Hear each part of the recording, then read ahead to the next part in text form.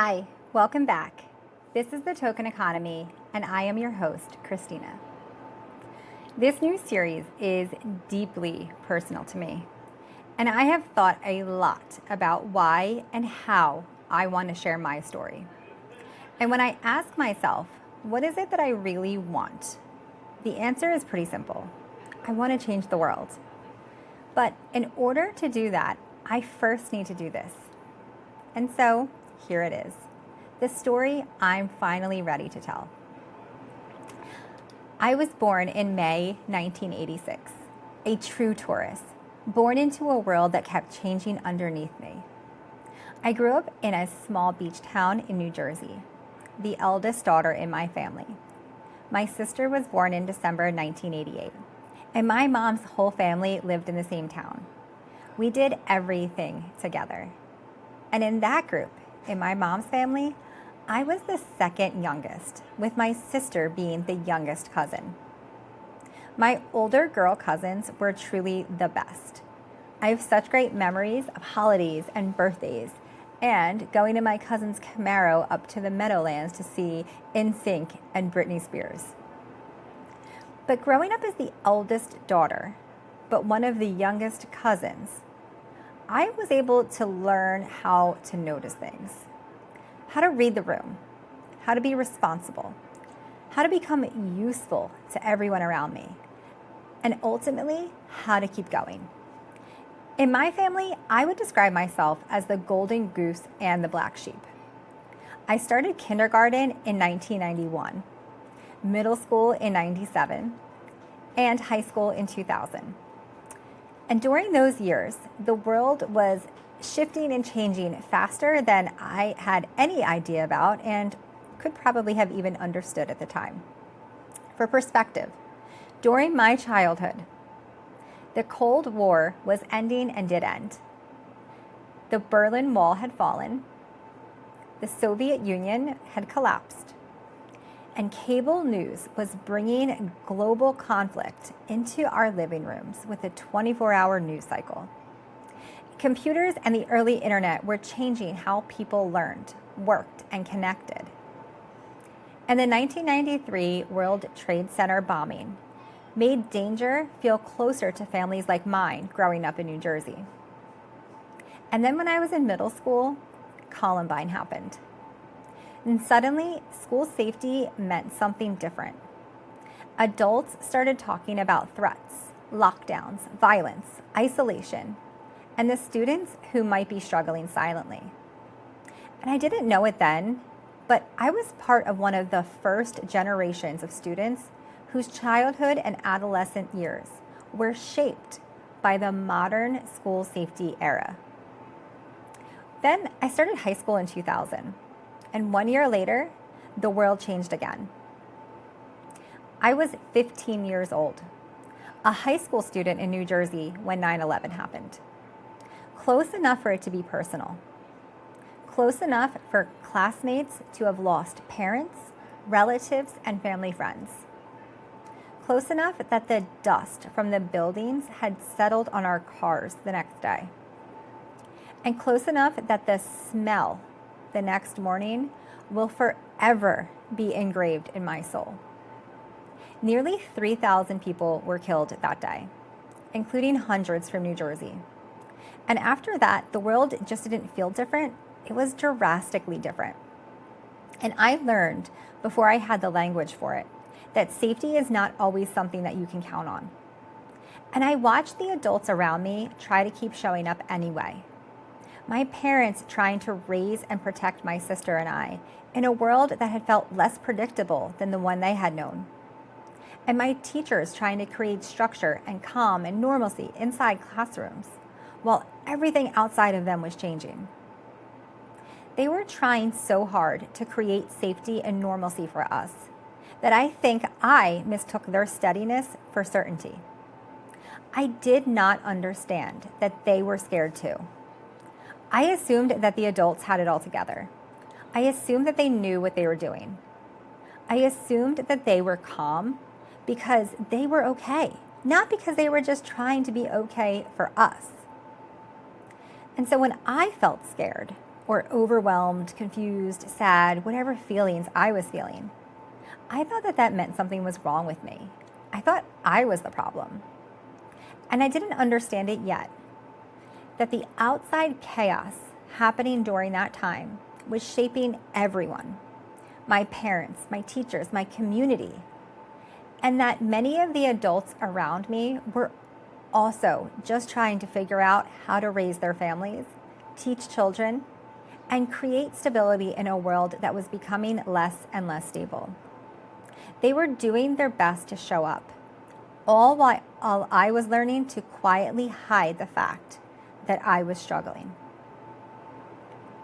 I graduated high school in June 2004, part of a generation that came of age with terrorism, wars on terror, wars on drugs, school safety drills, fear, patriotism, pressure, and a world that kept feeling less and less predictable. I went to college and graduated in May of 2009, right as the economy was falling apart. The country was in a recession.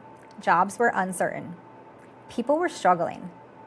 And I remember being told to stay out in PA by myself without family. I was told not to move back to Jersey to get a teaching job because teachers would be getting laid off soon.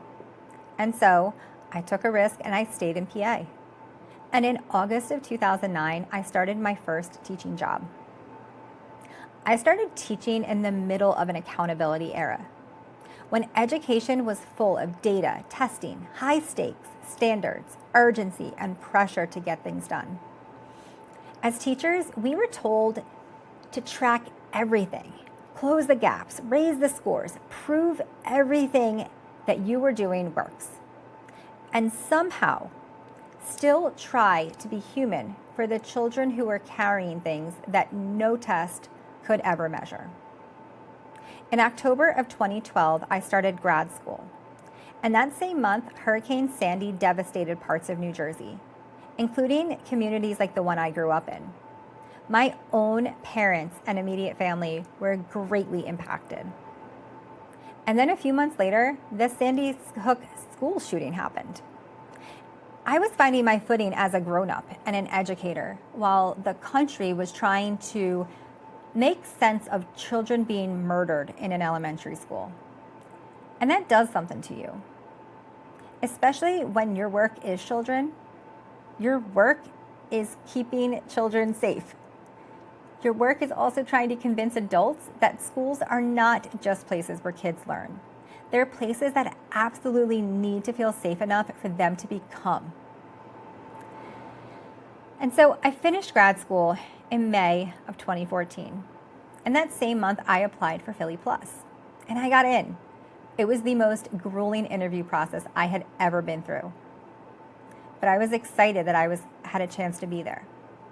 Philly Plus was an alternative pathway to leadership in urban schools, aimed to create turnaround leaders. We were going to change schools. I applied because I worked for a principal who saw something in me when I just needed to make some extra money. Lori DeFields, thank you. You have helped shape who I am today, and I will forever be angry that you were taken off this earth so soon. But I promise to always, always carry your name with me. From June 2014 to June 2015, I was an assistant principal at a K-8 school in West Philadelphia. And then in June of 2015, someone put me in charge of an elementary school in the school district of Philadelphia. I was 29 years old. 29. I say that now and think, oh my God, who allowed that? But also, thank God that they did. Because Philadelphia changed me, and I'm glad it happened while I was still young and naive. During my 3 years there, I had 6 different assistant superintendents. I experienced a major emergency resulting in the fatality of a staff member that no district leadership supported me through. I was young, overwhelmed, and very underprepared in some ways, but still deeply committed to my school. And in the middle of all of that chaos, I found some of the best people I've ever known, my Philly people, my colleagues, my principals. I will never forget them, and I love to see them share all of their successes in the city that they love. In 2015, I got engaged and was married in the spring of 2016. I had a fairy tale wedding. People legit still talk about it, even though I'm divorced. And in November of 2016, I had my first miscarriage. I was so scared. I didn't know that it was a common thing that happened, and I felt embarrassed to tell people about it until I realized that by sharing my story, it opened the space for other women to share their experiences. And I learned that almost everyone that I know has had a miscarriage. And despite how common it is, I wasn't prepared for the kind of grief. No one tells you how strange it is to lose something so early and still feel such an immense loss. And no one tells you how lonely it can be. And so I did what I had always done. I kept going. In January of 2017, I got pregnant again. This time, I was hopeful but cautious, excited but guarded. I knew by then that joy could be interrupted in an instant. And in September of 2017, Michael was born on Labor Day. I was so happy, but also so sad. I loved him, but my soul hurt. I cried all day, every day of my maternity leave, getting it together by the time my husband got home from work. And I remember thinking, why am I so sad? I have everything I've ever wanted. What's wrong with me? But instead of stopping, instead of naming it, and instead of fully understanding what was happening inside me and telling anybody else about what I was experiencing, I just told myself what I had always told myself. Oh well, just must be you. Just keep going. No one ever knew what was going on. No one asked, but I also never told. And in July of 2018, I left the school district of Philadelphia and joined Colonial. I was so fortunate to be able to lead the amazing team at Leach. After my interview with them, I wasn't totally sure what they had saw in me at first, but the team seemed to like me, and I was excited to give it a try. And I ended up loving them and loving the students at Leach. It was such an amazing experience. Then came fall of 2019. I was pregnant again, excited for my second. But there was something wrong, like really wrong. I knew what a miscarriage felt like, and this wasn't it. My OBGYN missed an ectopic pregnancy in my ovary, a very rare but extremely dangerous and potentially life-threatening complication. Based on my specialist dating, I was about 9 or 10 weeks along. If it had ruptured, and the likelihood at 9 or 10 weeks of it rupturing was pretty high, if it had ruptured, I would have experienced rapid internal bleeding, probably not realizing what was going on while it was happening. I'm not being dramatic. I'm not trying to over-exaggerate what may have happened. This was a real-time medical emergency that I was living through, essentially just like a ticking time bomb, waiting to see if something might happen. But the good thing was I didn't know it at the time.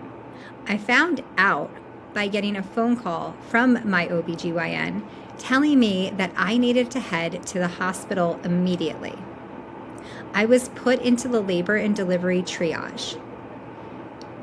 There, I looked around at all of the other moms and dads who were excited about meeting their new baby soon.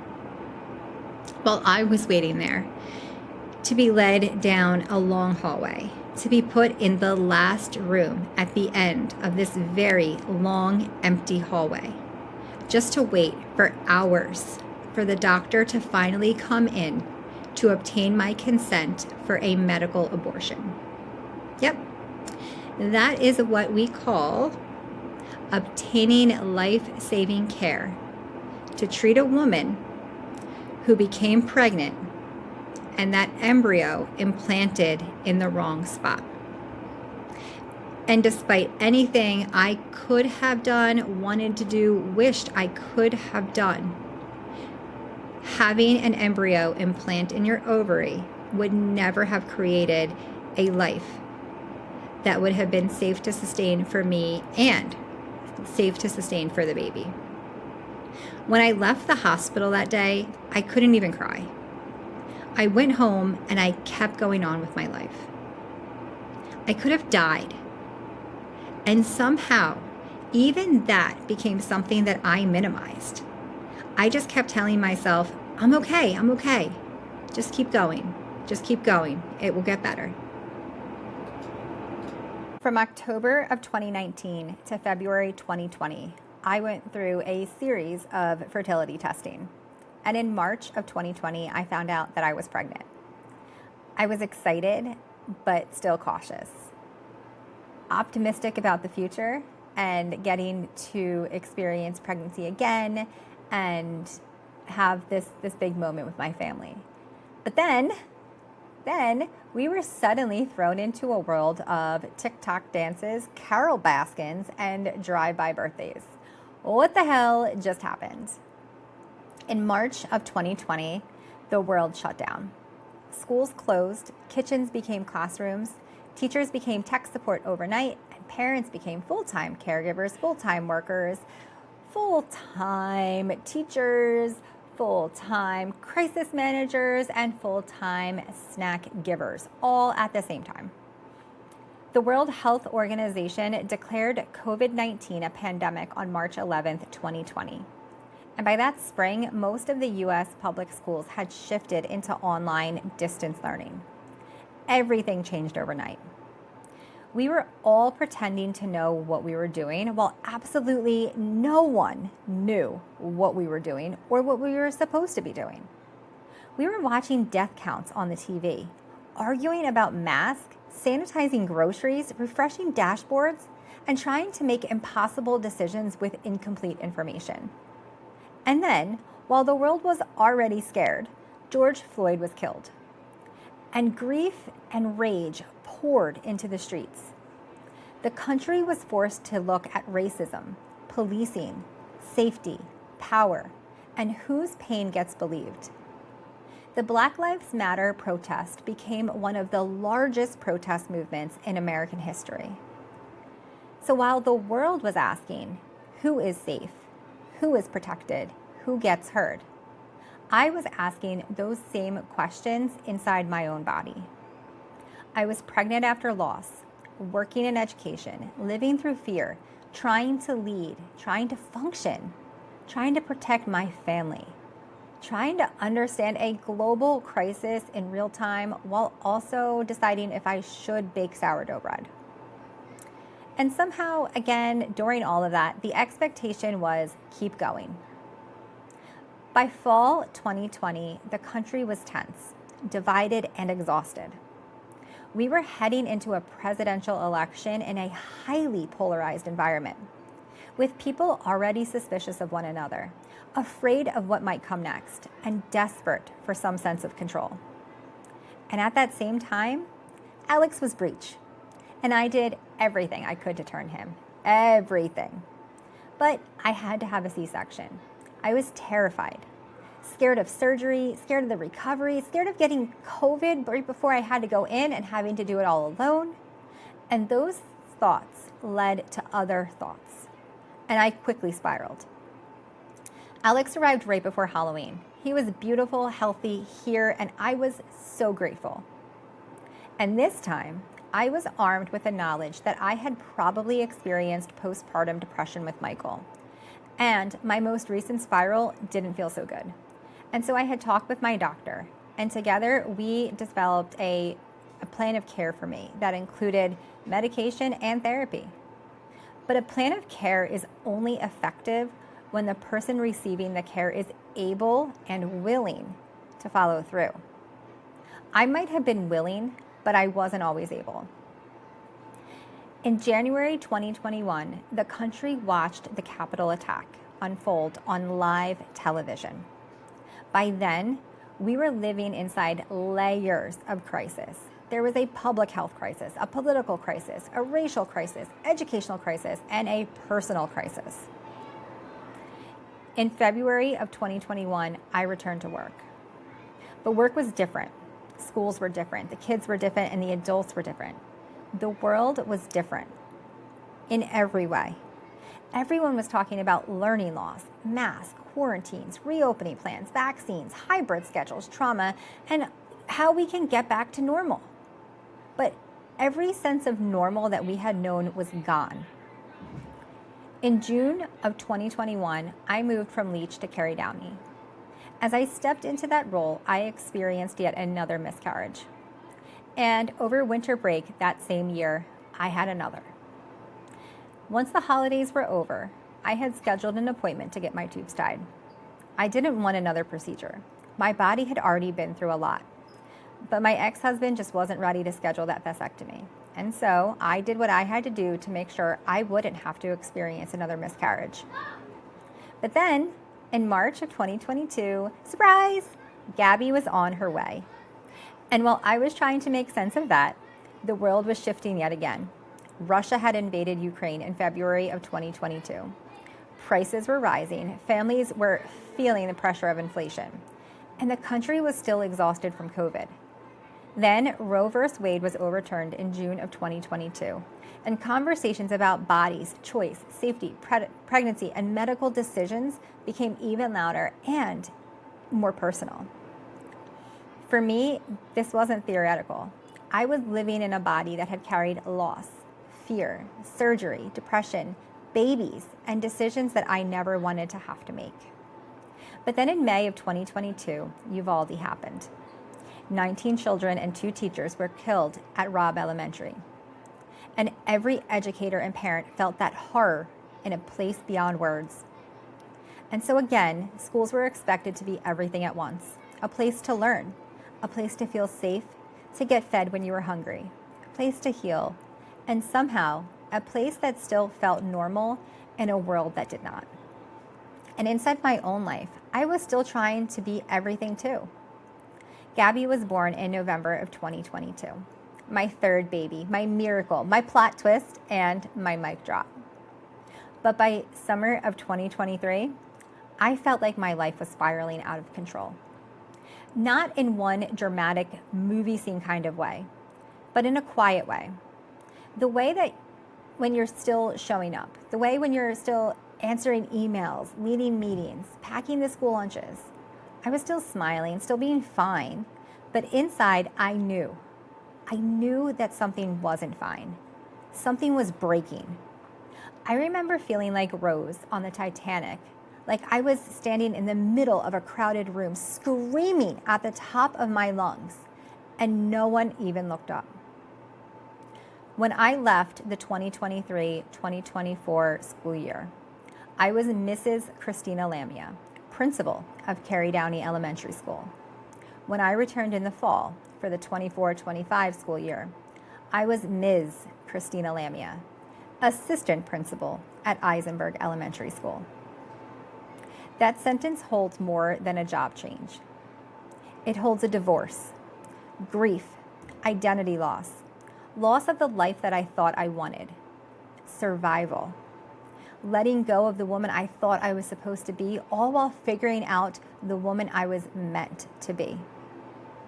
For most of my life, I thought that the goal was to keep going, be strong, be capable, be useful, be successful.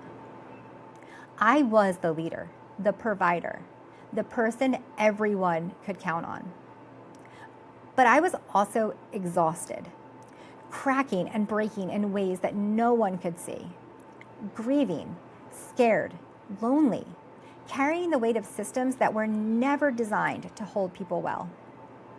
And that's where the idea of the token economy comes from, not from theory, but from lived experience, from growing up in a world that kept shifting, from becoming an educator in the age of accountability, from leading through instability, from pregnancy loss, postpartum depression, medical trauma, COVID, motherhood, divorce, and a demotion, to walking back into a school building with a new name, a new title, and a completely different understanding of myself.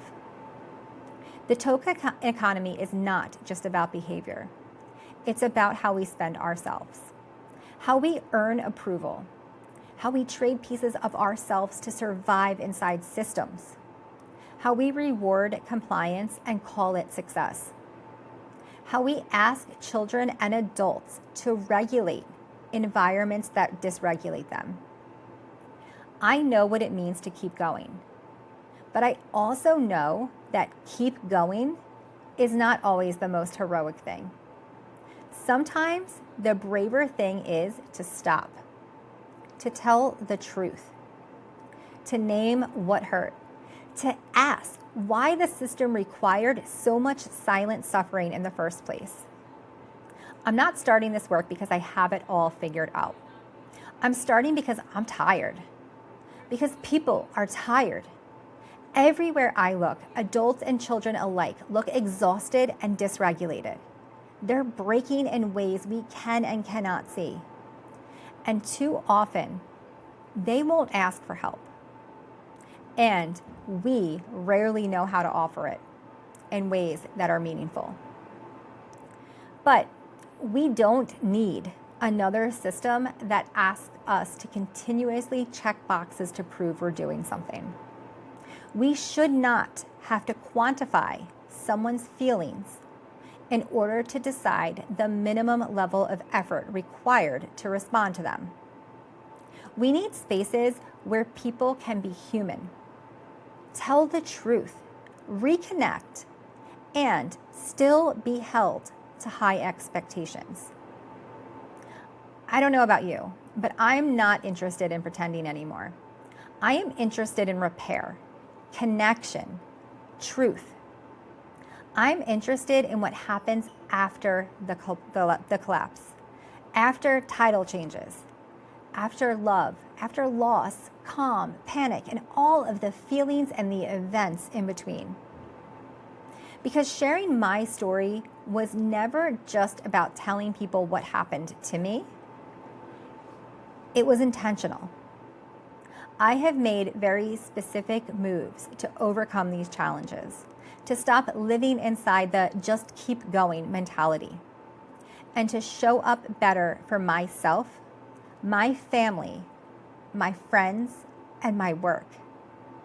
The token economy is about creating what I believe we need, spaces where we can help each other move through hard things, while still honoring the boundaries we need to protect ourselves. We can hold both care and limits at the same time. But we must do it with more intention, more honesty, and more humanity. Because despite my story, I am still here, not the same girl that I was in 2024. I am more honest, more awake, more grounded, and honestly, more dangerous in the very best way. And I can't help but wonder, what would happen if more people had the space to stop performing and start telling their truth? Maybe the story was never about how much I could carry. Maybe the story is about what I'm finally ready to put down.